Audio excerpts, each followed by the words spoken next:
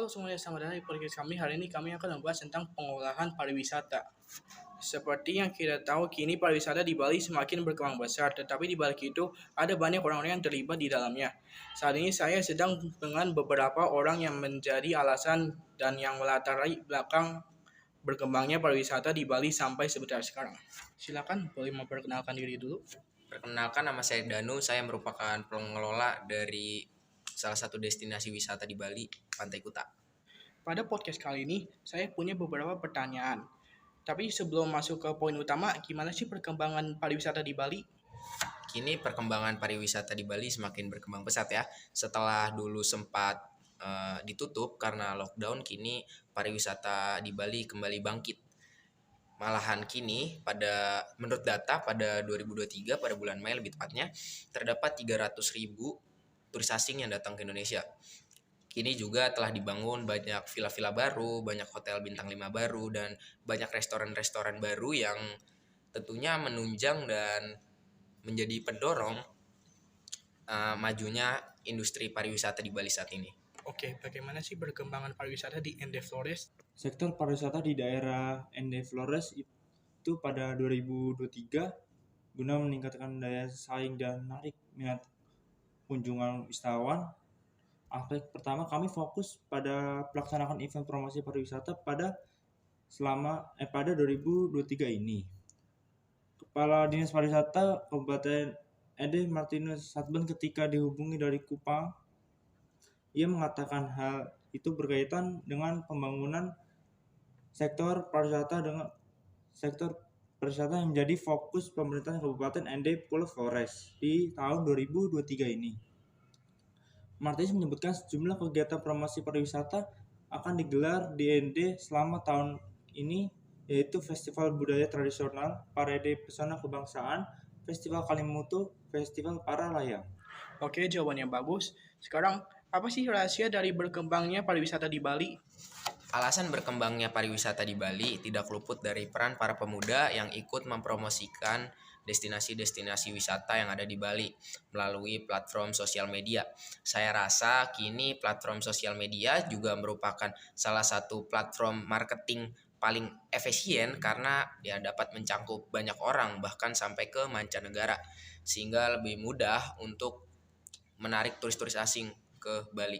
Selanjutnya, alasan mengapa pariwisata di Bali itu maju karena pemerintah mendukung. Pemerintah mendukung melalui beberapa tindakan. Salah satunya adalah memberikan pembinaan kepada masyarakat sekitar untuk mengelola secara mandiri destinasi-destinasi wisata di sekitar lingkungan mereka. Selanjutnya, pemerintah juga memberi bantuan berupa pembinaan mengenai ekonomi kreatif. Jadi masyarakat dapat membuat kerajinan atau sesuatu yang berkaitan dengan kebudayaan mereka yang dapat dijual atau memiliki nilai ekonomis. Begitu. Selanjutnya, pemerintah juga berperan dalam kemajuan infrastruktur pariwisata di Bali, seperti contohnya toilet umum atau rumah ibadah yang dapat menunjang kenyamanan dari para turis sehingga turis semakin betah nih berwisata di Bali.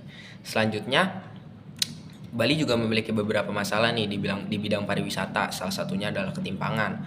Bali kan selalu identik dengan pantai sehingga destinasi-destinasi wisata yang lain tuh jarang tersorot dan akhirnya sepi pengunjung. Tetapi pemerintah Bali punya solusi nih untuk mengatasi hal ini. Nah, solusinya adalah pengembangan.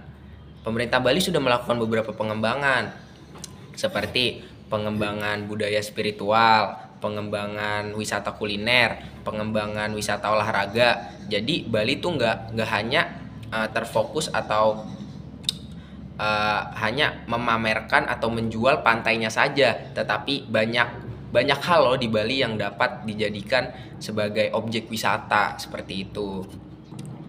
Jadi nggak cuma masyarakat yang di pesisir aja yang dapat berkembang pariwisatanya, tetapi juga masyarakat yang berada di pedalaman yang merupakan masyarakat agraris yang bekerja sebagai petani atau kebun itu juga dapat merasakan kemajuan dari pariwisata di Bali. Oke, Mas Widi. Sekarang apa sih rahasia dari berkembangnya pariwisata di Ende Flores?